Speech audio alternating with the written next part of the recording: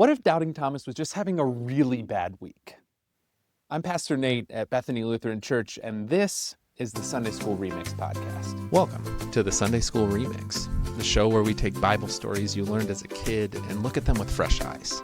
Each week, we dig into the context and the overlooked details, and we often discover interpretations we never heard growing up. This isn't about winning arguments, but simply hearing God's living word speak to our lives again today. So grab your Bible and put aside your assumptions, and let's dive into another episode of the Sunday School Remix. So the story of the disciple Thomas, famously known as Doubting Thomas, can be found in John chapter 20, beginning at verse 24. We often read this story on the Sunday after Easter Sunday. If you have ever been a clergy person, a preacher, you know that this is the Sunday that always gets assigned to the intern or to the new pastor or the associate pastor. So I found myself preaching on this text a lot during my career, probably over 15 times already. I don't even know how that's possible because I've only been ordained for 14 years.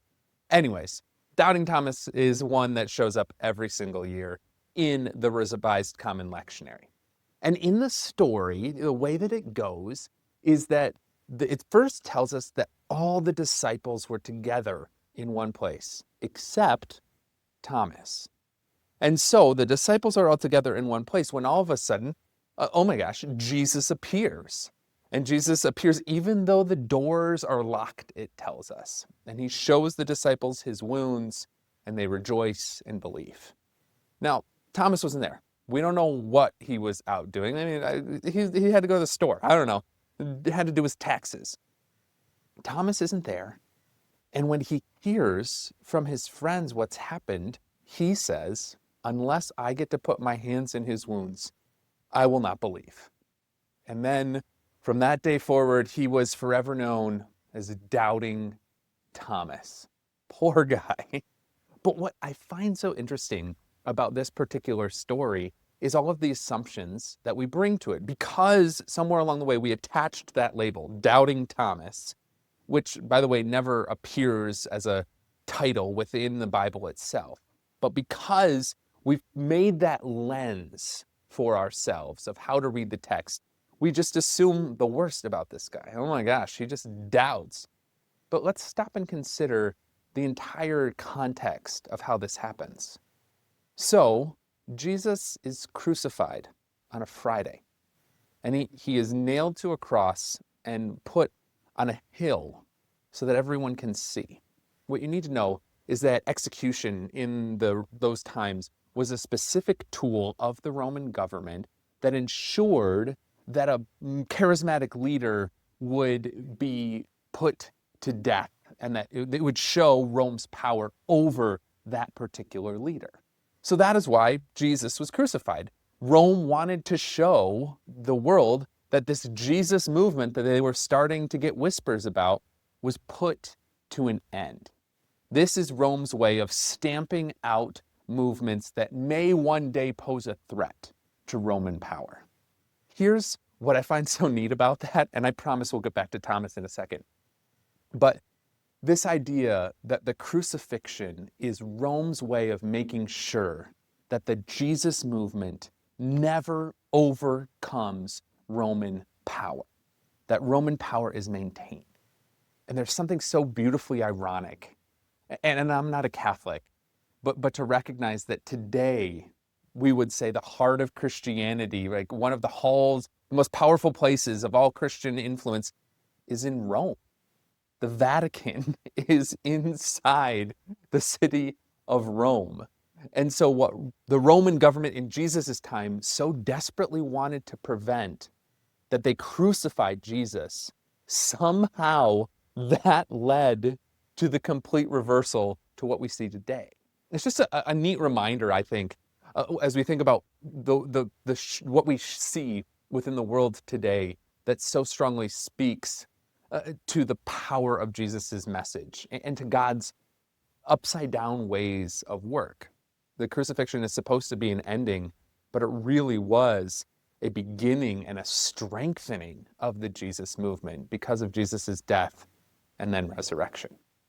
So anyways, back to Thomas and the disciples in that room. The disciples, everyone else, the other 10, mind you, Judas is not there, they tell Thomas what's happened. They've seen the risen Lord, and they saw his wounds, and so they believe that Jesus is risen. And Thomas says, unless I get to do the same thing as you, I will not believe. I can resonate with that type of sentiment. Maybe you've had that in your own life of faith too, where there's been somebody else who has some sort of big, dramatic, charismatic experience, some sort of incredible God moment, and you're jealous.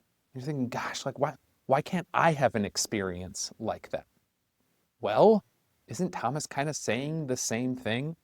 Not only that, but putting this all in the context of Roman crucifixion and recognizing how traumatic that must have been for all of the disciples to see their rabbi, this person that they followed around for 3 years, this man who they thought was the Messiah, to see him brutally, shamefully crucified, and knowing that in those days, crucifixion was the firm ending. It was the dark period that ended the sentence on any sort of leader's possible continued movement. Imagine just how depressed, how heartbroken the disciples must have been to see that and to just assume, rightfully so, this was the end of all that they had once believed. So if you're in that mindset, wouldn't you have a few doubts too, don't you think? Wouldn't you want to see the risen Lord and physically touch the wounds in his hands before you could undo all that you had seen on Friday? Before you could believe that an individual, no matter how special, could come back from something like crucifixion? See, I don't think we should call him Doubting Thomas. I think we should call him Honest Thomas, because he was actually honest about what he was feeling and what he needed in order to believe. And I don't think that if any of us were in his position, we would have behaved differently. So with all of this, Thomas, he feels left out. And there's this incredible moment in the way that John tells the story in his gospel, is that a week later, Jesus does return. And Jesus does provide Thomas with exactly what he was looking for. The emotional woundedness that he felt is healed by Jesus returning just for him. And so this is another story of Jesus coming back for the one. Jesus tells parable about the woman who loses a coin and searches her house for the one lost coin, or the shepherd who loses one of his sheep and leaves the 99 in order to go back for the one. And the story of Doubting Thomas, Honest Thomas that we're calling him now, is a story of Jesus coming back for the one. 10 disciples got to see the risen Lord, and one of them wasn't there for some reason. And he was plagued with doubt and questions and couldn't believe that Jesus actually could overcome the cross. But Jesus did, and Jesus does, and Jesus comes back for Thomas, for that one disciple, so that he can touch the wounds and so that he can see and believe. And so, for all of us today, as we struggle with doubts and have questions about our faith, maybe we need to be a little more compassionate with one another. It's not just as simple all the time as the Bible says it, so you must believe it. I wish it were that simple. But there's things in our life like trauma, terrible experiences that affect how we feel about the stuff we're taught to believe.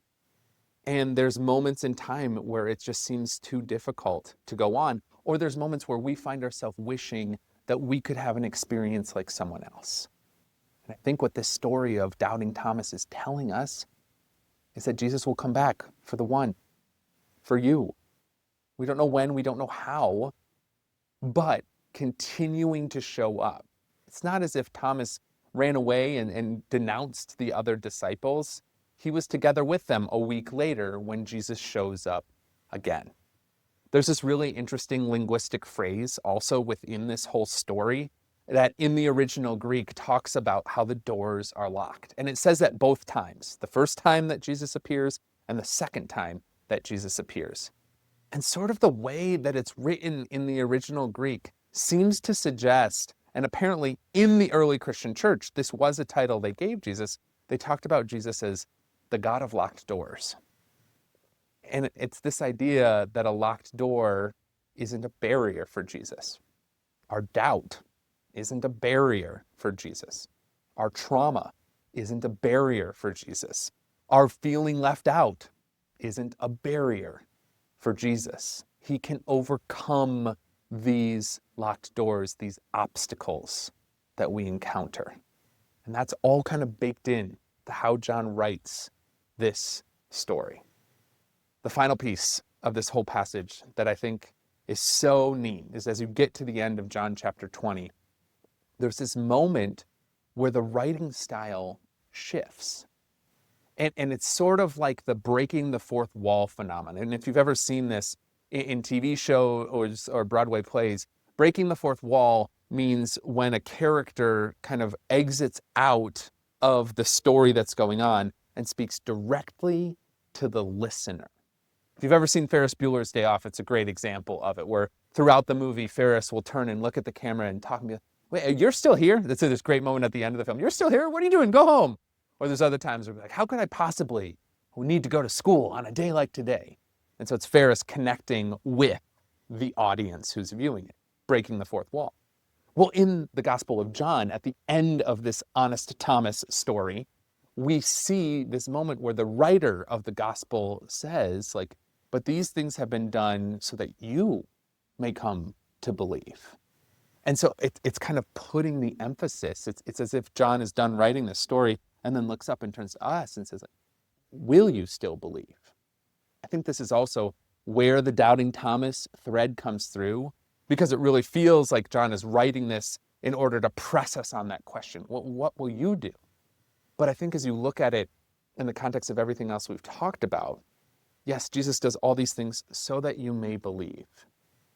And it's not about you being good enough or smart enough or brave enough to believe, unlike Thomas. No, it's more about look at all of the ways that Jesus is breaking through locked rooms and locked doors to find you. That Jesus would come back for the one, and what if the one is you? What would it mean for your life to really trust that Jesus is going to all of these lengths so that you might believe, so that your life might be changed by this story? This has been another episode of the Sunday School Remix podcast.